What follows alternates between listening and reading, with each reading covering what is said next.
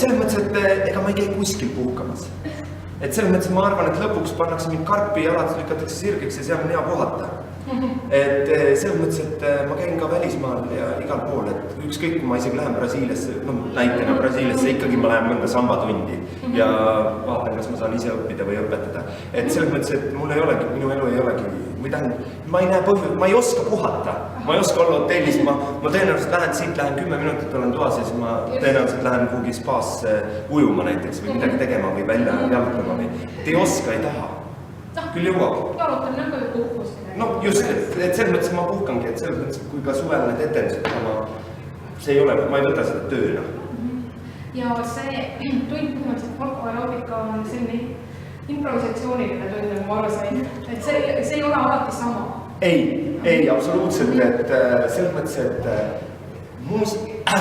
ma kasutan Eesti rahvatantsu samme, võtan suhteliselt kaasaegset, küll ka väga folkloorsed mõningaid lugusid, et rahvast kohale viia. Ja kasutangi, ütleme siis Tanel Padarit ja Inest ja Ott Lepland ja Koit Toomet, et inimesteni jõuda ja selles mõttes, et viia neid Eesti rahvatantsu kokku rohkem. Et aeg läheb edasi ja folkloor peaks ka nagu arenema. Ja see töö, mis ma olen teinud siiamaani, see on ka mingis mõttes vilja kandnud, et ma Tallinnas alustasin 4 aastat tagasi esimese folkaeroobikaga ja tänaseks päevaks on mul välja kasvanud täiesti eksisteeriv rühmitus, kes pürgib tantsupeole. Et selles mõttes ma arvan, et see ongi natukene niisugune suund. Ma ütleks, et see on nagu ehe näide sellest, et olge meestlased, aga pürgige Euroopasse. Et selles mõttes, et jäägem ikkagi ja tehkem oma juurte asju ka, aga samas nagu natukene kombakem ka väljapoole, et mulle endale see žanr meeldib ja ma arvan, et need inimesed, kes on selle kokku puutunud, neile ka piisavalt hea lahendus.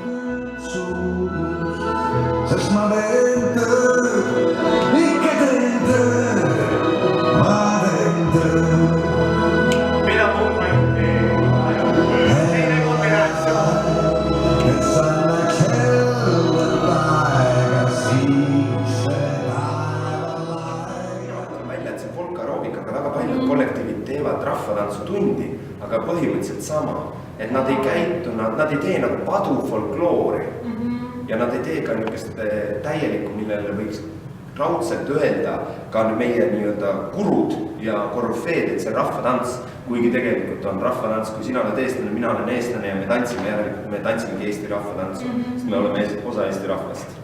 Et suhtumine on tegelikult hästi lihtne.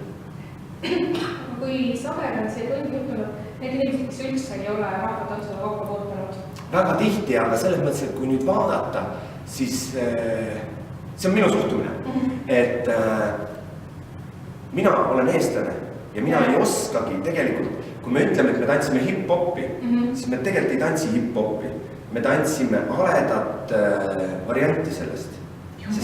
Sest isegi kui meil liikumised on super, siis meil jääb seest puudu sellest, mis on olla siis nii-öelda Ameerika kultuuri osa.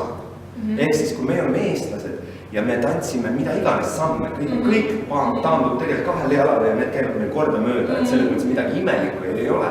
Ja me oleme eestlased ja meil muusikaliseks taustaks on nii-öelda Eesti pärimuslikkusest kuskil mingite juurtega, siis me tantsimegi Eesti rahvatantsu.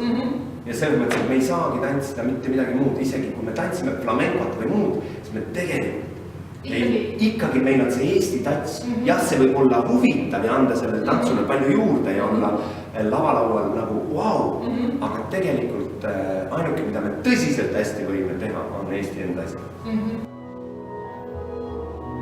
Ajume esimesele jalale, parema jala kandjad maa.